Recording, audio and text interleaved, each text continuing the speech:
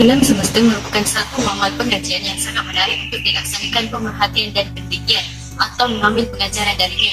Pemerhatian dan penelitian tentang alam semesta dan sekitarnya seperti langit dengan jasa-jasa samawi, ruang angkasa, daratan dan yang lain telah wujud sejak ribuan tahun yang lalu. Melalui penelitian yang mengamalkan benda-benda di langit dengan mata kasar mendorong manusia melahirkan idea dengan ciptaan-ciptaan berasaskan sains dan teknologi untuk kehidupan manusia di dunia.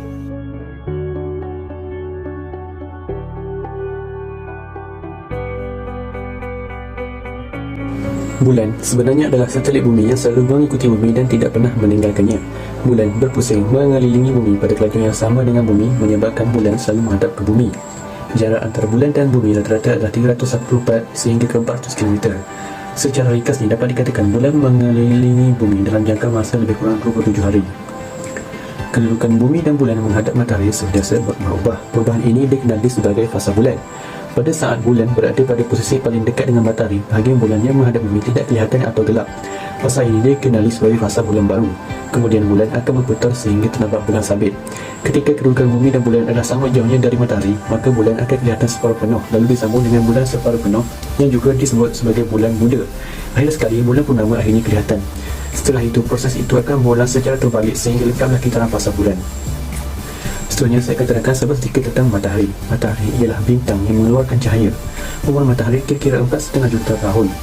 Dari bumi, matahari jauh lebih besar daripada bintang-bintang yang lain kerana matahari adalah bintang terdekat dengan kita dengan anggaran jarak sebanyak 147 juta kilometer.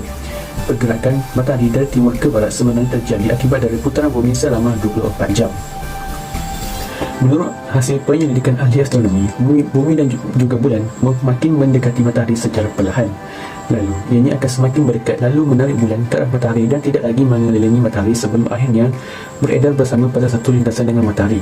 Ini kemungkinan petanda awal kehancuran alam semesta sebagaimana yang diungkapkan oleh Allah SWT dalam firman-Nya surah Al-Qiyamah ayat 8 hingga 11 yang bermaksud, dan apabila bulan telah hilang cahayanya pun matahari dan bulan dikumpulkan, pada hari itu manusia berkata, kemana tempat berlari? Sekali-kali tidak ada tempat berlindung. Antara manfaat ilmu falak yang dapat dilihat kegunaannya ialah pelayaran dan pengembaraan. Sebagai contoh, ilmu falak Samudra Melayu dapat dilihat apabila para pelaut Melayu, terutamanya Jurumudi dan yang muda, mahir memilih laluan yang sesuai untuk melayar di Selat Melaka dan Kepulauan Melayu.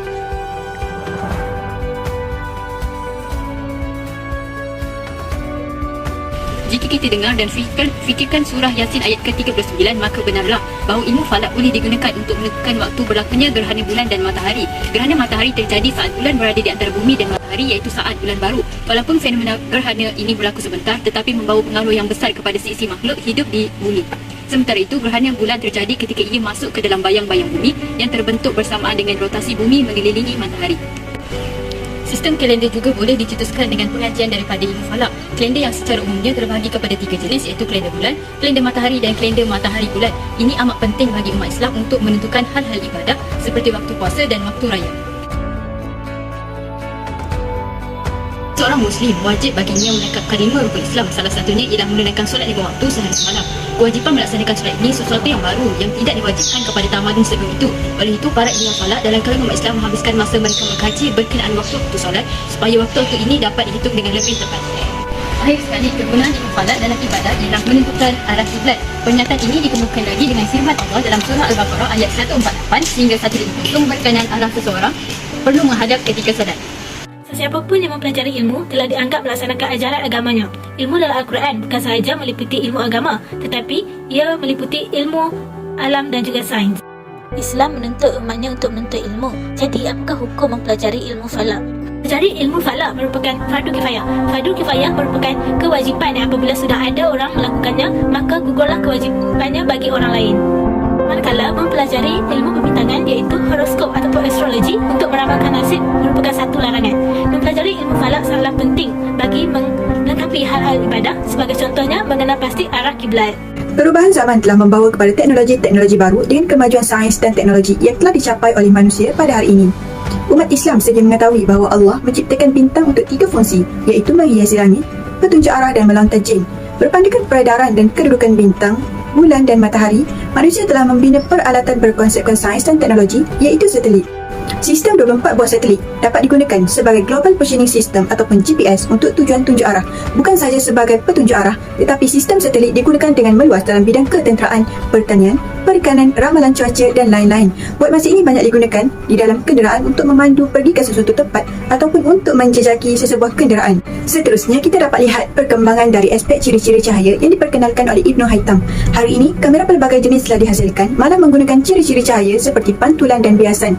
Penggunaan jentian optik dan satelit telah merubah kepantasan berkomunikasi antara manusia.